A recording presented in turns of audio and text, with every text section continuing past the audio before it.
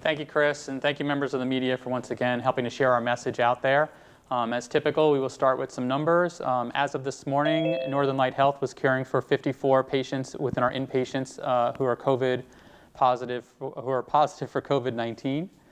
3 of those individuals are at A.R. Gould Hospital, 38 at Eastern Maine Medical Center, 1 at Maine Coast Hospital, 4 at Mayo Hospital, 7 at Mercy Hospital, and 1 at Sebasticook Valley Hospital. In addition, we are taking care of 7 individuals who are positive for COVID-19 at their home through our home care and hospice division. We've often talked about our positivity rate as kind of a marker for where the community spread is, and currently for Northern Light Health Labs, our 2-week positivity rate is now 9.92%, and our 1-week positivity rate is 10.13%. Those are considerably higher than the last time we spoke, and we continue to follow that on a regular basis. Last week, we began sharing an infographic on our social media pages that provides a snapshot in time of our number of hospitalized patients with COVID-19 and their vaccination status. We feel that the infographic provides important insight into the effectiveness of COVID-19 vaccines, and we're glad that it has generated a lot of discussion. We did not post it on Monday because of the holiday, but we will typically post it every Monday, Wednesday, and Friday. We will share a link to today's graphic in the chat. A few questions have been asked repeatedly on social media, and I can provide a couple of points of clarity. People have asked if those noted as vaccinated in the graphic are fully vaccinated, meaning 2 weeks have passed since their final dose. However, this graphic includes fully vaccinated people as well as any patient who has had at least 1 dose of COVID vaccine in the vaccinated category. People have asked why Mayo Hospital and home care and hospice are not included. We haven't included these because as the newest member of the system, Mayo Hospital is on a different version of our electronic health record, and their information does not get pulled into the report that we use to create the infographic. Home care and hospice is not included because they are on a different electronic health record and because their patients are not considered inpatients. We have been asked if the people represented in the infographic are hospitalized specifically for COVID-19 or if they came in for something else and tested positive for COVID-19 after arrival at the hospital. The answer is that both groups are included. Anyone in our hospitals who has tested positive for COVID-19 while in the hospital is included, though the bulk of the COVID-19 positive patients are in the hospital because they need to be treated for COVID-19. We've also been asked if patients represented in the infographic have comorbidities. At any given time, some, but not all, may have comorbidities. We don't currently report this data to the community. What we can tell you is that people who are being hospitalized now with COVID-19 are younger on average than they were in last fall and winter, and on the whole have fewer comorbidities. The one thing that most of them have in common is that they are not vaccinated. We know that vaccination continues to prevent severe hospitalizations and death, and if you're thinking about getting vaccinated, now is the time to take that next step. The vaccine is available at pharmacies from healthcare providers, at many walk-in care sites, and some community events. And I'll turn it over to Paul for a quick message. Thanks, Dr. Jarvis. So just a brief update. In our last update, I provided the forecast that I anticipated our employee vaccination rate to be at 90% by that long weekend, and we did surpass that number through the end of the weekend. We're at 90.1%, and we'll continue to update that as we go. We continue to provide vaccine to our staff who are interested in becoming vaccinated, as well as education and support for those who still continue to have questions or any hesitancy, and to help them navigate through fact versus some of the social media and other fiction that's out there that we need to continually provide that level of support and to reinforce some of the facts that Dr. Jarvis just mentioned. We continue to work on those issues along with taking care of our patients and all of the other typical operations at Northern Light. Thank you for that update, Paul. Very important for us all to understand that healthcare workers are getting vaccinated.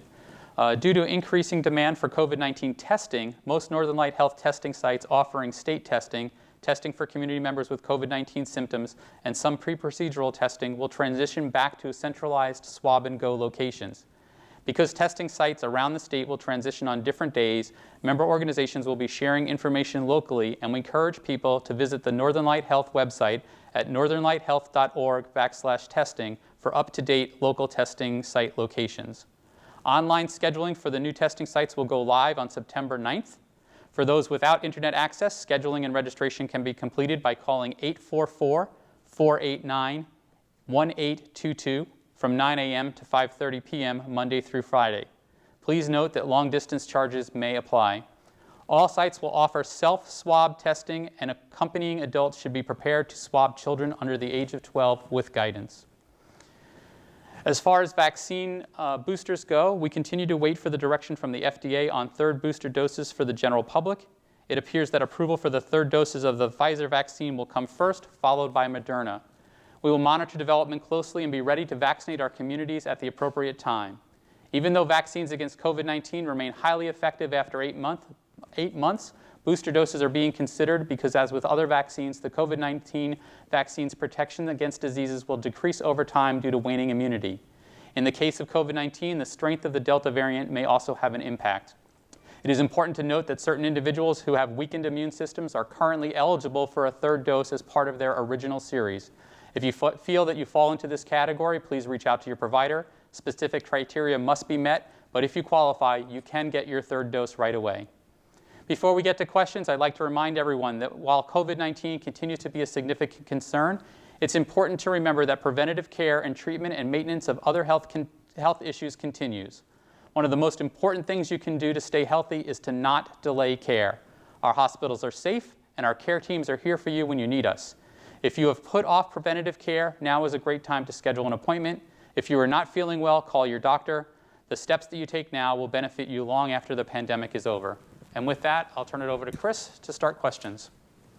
Thank you very much, Dr. Jarvis and Paul. We're going to start off today with Patty White from Maine Public. Patty, why don't you go ahead when you're ready and unmute yourself and ask away. Great, thanks so much. Can you just tell us a little bit more about the capacity at your hospitals, what the strain is like, and what you're seeing in patients? What's kind of the same in terms of what you're seeing with the surgeon? Maybe what's changed? Yeah, so Patty, that's a great question about what our capacity issues and what we've seen change about the patients who are being admitted for COVID-19. So as far as capacity issues, again, this is the time of the year where we always have capacity issues across the state of Maine, and so this year is no different. It's an ever-changing target for us. I can come in first thing in the morning and we have few beds available, but through the miraculous work of our staff, our doctors, and our nurses, we have been able to meet the demands of our communities across the entire state. But it is a concern for us as we continue to see additional care that's needed for people with COVID-19. It is a concern that we need to continue to monitor for capacity. Right now, we can continue as we have been and take care of all of the needs of our communities, including taking care of people with COVID-19. But if it was to get any worse, that will be something that we will have to continue to reflect on. As far as the differences that we're seeing in the individuals who are with COVID-19, as I said before, they are tending to trend younger than we saw before, and they are requiring a lot more critical care resources than we saw a year ago. And what I mean by that is that these are individuals who are requiring high-level intensive care. Often they require 2 nurses for 1 patient. And that would be the opposite of what our typical staffing model would be. And they're requiring a lot more intervention than we had to do with individuals before.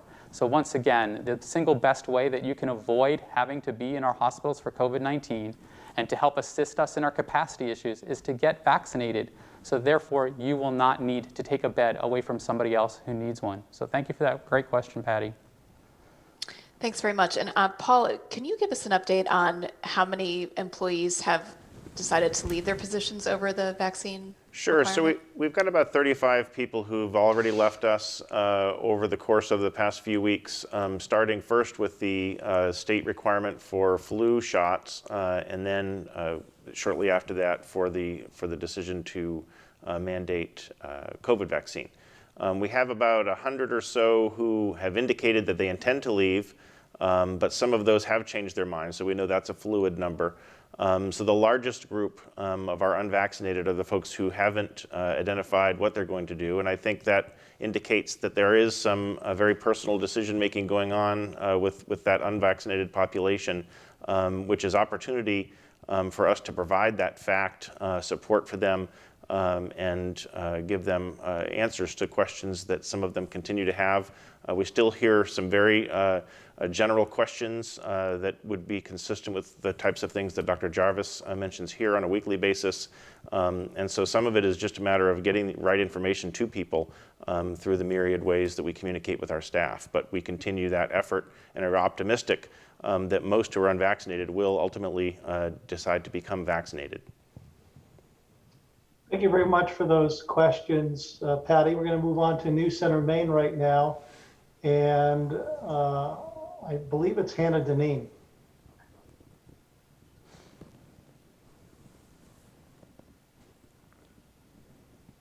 Is Hannah out there?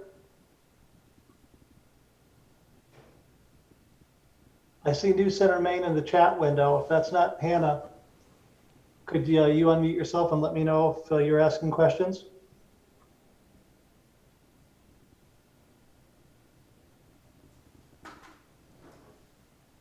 Okay, we're going to move on. Next up, we're going to have WMTW. It's Frank Rios, but he said he's having trouble with his microphone. We've got a couple of technical difficulties, it looks like, today, but he sent me 2 questions to ask, so I'll do that on behalf of WMTW. And I believe this question is probably going to be for you, Dr. Jarvis, as the patient question. How many Northern Light Health patients are vaccinated, and what percentage of Northern Light? And then I guess the other question is for you, Paul, that second part of that, what percentage of Northern Light workers are vaccinated? Yeah, so I don't have a particular answer to that first question if you're talking about all of the patients that we cover under Northern Light Health. We do know that here in the state of Maine, 75% of individuals who are eligible for vaccine are completely vaccinated, and that's wonderful news for all of us. But beyond that, I don't have specifics around our individual patients across all of the system. What we can say is, as the infographic shows, about 90% of the individuals who are hospitalized are unvaccinated. So. And the second part of that question, as of the last count, we had 90.1% of our employee population is vaccinated. We do know that there's a group of about 100 who have indicated in the last several days that they did receive their initial dose of vaccine at a non-Northern Light location, and so we're validating those data with the employees. So we would expect that 90.1 to go up in the coming days. And Dr. Jarvis, this is another question probably for you, but it's probably readily available on the infographic. And what percentage of patients in the ICU were vaccinated? But that might be in the infographic, right? It is on the infographic. We did put that out there. I will say that, of the sickest of our patients in our intensive care units, as of this morning, only 1 was fully vaccinated. All the rest of them were unvaccinated. Okay. Those are the questions from WMTW. David Horowitz also having trouble with his microphone. He's next on the list, but he gave me the question to ask, and this one is for you, Dr. Jarvis. And the question is, what do we know about the Mu variant, and are you seeing that with your patients? Yeah, so as we talked about before, testing for particular variants or the genomic component for particular variants is not something that we do on a regular basis, and there's a couple of reasons for that. 1, it's a fairly expensive and intricate test to do, and 2, it rarely provides any clinical information, meaning that we treat individuals who have the original strain, the alpha strain, the delta strain, and if we needed to, the mu strain, very similarly. So knowing that is more of an exercise in knowing what's circulating out in the community. I have not heard any updates from the state of Maine, which does random sample testing for variants to see whether or not that includes any mu strain. But from us, from a clinical standpoint, that has not been something that has affected us here in Maine. It is something that we continue to watch, and the World Health Organization has designated it as a variant of concern, meaning that they are watching it, that it could become something that has a dramatic effect. But right now, it is still the Delta variant that is the major and predominant strain that we're seeing now and causing most of the disease that we see. Thank you for that. Okay, and next up, we're going to move to Brian Sullivan, and hopefully Brian doesn't have the technical issues. Can you guys hear me? We can, Brian. There we go. Okay, I have one for each. Dr. Jarvis, I'll start with you. Maybe a little bit of what you talked about with Patty, but the numbers that you gave out in terms of positivity rates that you're dealing with, can you take that back to a time as to when you had those numbers previously, or is that higher than what you'd seen throughout the pandemic? And any thoughts of the elective surgeries? Are those going to be pushed back, or are those still being scheduled as regularly planned? So 2 very good questions. So yesterday, our 2-week positivity rate actually had tipped above 10%. I don't recall that it was that high any other time during the pandemic. If it was, this is still close to a record high, meaning that transmission amongst people in the community is extremely high. If you remember way back in the very beginning of the pandemic, and I know that seems so long ago, we talked about going across a 1% two-week positivity rate was concerning. When we hit a 3% positivity rate, we knew that we were going to have a large increase in hospitalizations, and that's what we saw last November. That preceded the December and January spike. Now we're talking about a 10% positivity rate. So that means that COVID is in and about pretty much every community that Northern Light Health serves. And so we need to be aware of that, and we need to protect ourselves from that. And I'm sorry, the second question was about scheduled procedures. So as a matter of course, we do review all non-urgent procedures to make sure that one, it is being done in a timely fashion, and two, if it's a possibility to delay a particular procedure because it has a high likelihood of resulting in hospitalization, can we do so safely? So right now we are doing that on a regular basis and reviewing all of those. We have not had to have any wide-scale delay or curtailing of elective or non-urgent procedures. We've been able to manage those. We have had a few case by case where we've delayed for a bit of time, but that has not been our process so far. We hope that we will not have to do that, but like I said, we are continuing to evaluate, and capacity concerns always are what we need to look at, and we need to take care of our most urgent cases first. And so, if we continue to see these increases in COVID-19 hospitalizations, we may have to look at that as being part of our process in order to maintain capacity. So thank you for that, Brian. Okay, and one for Paul, if you could just swing the camera over. Thank you so much. Hi there. Paul, you gave out some numbers, and I'm just trying to wrap my mind around a little bit. So you said 35 have left, 100 have indicated that they are planning to leave, and then maybe another 100 have said that they're getting the first dose. So I just wonder of that 90 of the 9.9% that are unvaccinated, how many does that make up? And after how many does that make up? And after the FDA approval of the Pfizer vaccine and the 4-week sort of extension before they're going to check in on you guys, what did you see from your employees after that news came out? Sure. So we've got about 12,500 employees. So just a little bit less than 10% are yet to be vaccinated. So 9.9% still need to become vaccinated. So that's about 1,200 people. And so of that group, the numbers that you mentioned are what we have for information. So the biggest group of the unvaccinated staff are those who haven't decided what they're doing, or at least haven't told us what their plans are. And we continue to work with them in particular to identify what concerns they might have, to try to provide clinical experts such as Dr. Jarvis, our infectious disease professionals, and others to provide information to them to answer the questions that they have. And it really is, in many cases, a one-on-one conversation. I myself have even taken some of my own team members to sit with them as a support person while they get vaccinated and wait their 15 minutes post-vaccine before they leave the vaccination site. So it's really a very personal decision for many employees, and we're trying to meet them where they are in terms of answering questions and concerns that they have. Thank you for your questions, Brian. Next up is Blair Best from WGME. Hi, good afternoon. Can you hear me? Yes, Yes. we can, Blair. Okay, perfect. As you say that you did have to delay a few of the elective surgeries to make more room for COVID patients, what sort of consequences will this have for those patients who have their surgeries delayed now? Yeah, so it just depends on the rationale or the reason for it. So remember, I didn't use the word elective surgeries. I said non-urgent procedures, and there's a distinct difference there. When we talk about elective surgeries, most people think of things like knee replacements, plastic surgery, and the like. And so we prefer the term non-urgent procedures because there are other procedures that don't need to be done immediately, and some procedures that we purposely delay for particular medical reasons. For any of those people, though, it does add to their own personal anxiety. They are expecting to get something done and can't get it done.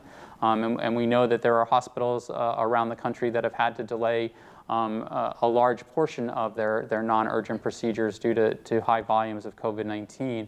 And that's just an added stress to any individual that happens to. And we're trying to avoid that as much as possible. If this is a matter of concern for you, and I hope that it is, then you need to do the things to keep yourself out of the hospital and keep the people that surround you out of the hospital. And that includes wearing a mask while indoors, maintaining appropriate physical distancing, washing our hands frequently, and if you're not yet vaccinated and you're eligible, to get vaccinated. Perfect. Thank you. Thank you, Blair.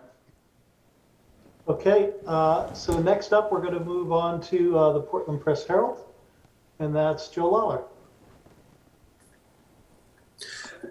Yes, hi, thank you. Just continuing on with the non-urgent surgeries. Maine Med or Maine Health told me yesterday that up to 30% of their elective, non-urgent procedures are being delayed. Is that similar to what you're seeing, or is it less because for reasons that have nothing to do with COVID? Can you explain that? Yeah, so at Northern Light Health, we don't even have a percentage to talk about. It has been a rare occurrence that we have had to delay a particular procedure, and particularly due to the fact of our capacity issues due to COVID-19. So I want to be clear, we have not been doing that on a very regular basis or anything that's statistically significant. That may change. We certainly feel for our colleagues at Maine Health, and we support them in any way that we can. And as they do for us, Maine is a wonderful network of health systems and hospitals and private practices that have all joined together to help us overcome any difficulties we've had during this pandemic. But currently, we are not seeing the need for us to delay in any significant numbers. But that could change, and that's the thing that's so important. We don't want to get to that point. We don't want to be over the edge or over the precipice. What we want to do is prevent us from even having that get done. And the only way that can happen is to have decreased amount of COVID activity in our communities. And the only way that can happen is with those things that I continue to talk about. Wear your mask, wash your hands, stay physically distant, get vaccinated. Okay, and my next question is if we could just discuss a little bit more about the 10% positivity rate, which I believe is the last time I had seen the statewide rate, it was about 5%. So that's pretty much double the state rate. In the past, have your numbers been frequently tracking higher than the state average, or is this more unusual that it's been tracking higher? And if it is unusual, can you explain why you think it's higher than the state average? Yeah, that's an absolutely excellent question. And so we typically track a little bit higher because at one point the state was not only running tests for clinical reasons, but they were also running them for travel, and we expected that those tests would come back negative, as most people did not actually have the disease. We spend the most of our testing is on people who are symptomatic or coming into hospitals for other reasons, and therefore, yes, we have always tracked a bit higher. I do think that the state's average, once they get through tabulating everything from the long holiday weekend, will probably tick up to somewhere in the 7 or 8%. That's what it looked like from the numbers that I saw yesterday on the state's website. And so I'd refer you back to the state for their most up-to-date numbers. But yes, we traditionally would track a little bit higher than the state simply because we're testing more people on a clinical basis than they were. Thanks so much for your questions, Joe. We're going to move on now. I think last on the list is David Marino from Bangor Daily News. David, when you're ready, go ahead. Sure, thanks. These questions are both for Dr. Jarvis. You touched on this a little bit, but do you have a plan to resurrect the drive-through testing sites? Or do you otherwise have plans to restore testing capacity to what it used to be? Yeah, so right now we are testing more numbers than we ever had during the entire pandemic. So I want to be clear, we have already exceeded what we have done before, so we continue to do that. But most of that is now for clinical reasons, and I know that there are people who are frustrated out there because they need tests for travel requirements and the like, and that's becoming exceedingly difficult to find with an appropriate turnaround time. But as I stated, we are going to resume having our swab and go sites, so those will be those drive-through and drive-up testing sites across our system. That will be launched later this week, and again, people just need to look at their local communities to see if and when that particular site will be open for you. And again, we can share the web link as well as the phone number that viewers and listeners can reach out to find out how to schedule a test for clinical reasons. Okay, and I believe you have one more follow-up question. You should be able to ask it, David. Great. At what point would you institute a widespread delay in medically necessary procedures to free up capacity at your hospitals due to COVID-19 cases? Yeah, so initially when we talked about having to delay procedures, it was simply because we didn't know a lot about COVID-19 and how to protect ourselves and our staff. We know a whole lot more how to do that, and so now most non-urgent procedures are done on an outpatient basis, and we feel we can continue to provide those. It's the ones that would require hospitalization that we would have to readdress as our capacity issues became more dire. And that's what we do now on a pretty much an hourly basis, is checking in to see what capacity issues we have in order to meet the demands of our communities and the region. Eastern Maine Medical Center serves a very large geographic area. It handles most of the heart attack victims, most of the motor vehicle accidents, and a significant portion of children who are sick. And we want to maintain those services. And so we would have to look at prioritizing non-urgent procedures that may result in hospitalization so that we can keep beds open for those other things and events if we were filled with COVID-19 patients positive for COVID-19. Right now, we do not have to do that, but we continue to evaluate that on a daily, if not hourly basis. Okay, thank you for those questions, David. I do have one more quick point of clarity for Paul. This came from Brian Sullivan, Paul, and it was about the employees. Sure. And he wanted to clarify, is it fair to say around 1,000 employees at Northern Light Health are unsure of what decision they'll make on vaccination? No, I would say that 1,000 employees haven't told us what their inclination is. So I'm not sure if they're unsure, if they're waiting for their own reasons. With the state moving the deadline, some originally were waiting for the September 17th deadline to receive the J&J vaccine. So I think there are a number of reasons that employees could have done that. So I wouldn't say that 1,000 people are uncertain. They just haven't disclosed to us what their plans are. And we continue to work with them to identify what, if any, questions they have and identify what their plans are. Okay, thank you very much, Paul. Thank you very much, Dr. Jarvis. That's going to wrap up our media briefing. Do you have any closing thoughts before we let everyone go, Dr. Jarvis or Paul? Once again, I just want to say thank you for getting our message out there. It is so important. Maine continues to lead the way in so many categories, but unfortunately, one of the things that we are leading now in is positivity rates for the New England area, and the percent of our positive cases that are children. And so, again, anything that you can do to help us and to assist us in taking care of our communities is so appreciated. Wear your mask while indoors, wash those hands frequently, remain physically distanced, and get vaccinated. Thank you. Thank you. Thank you all.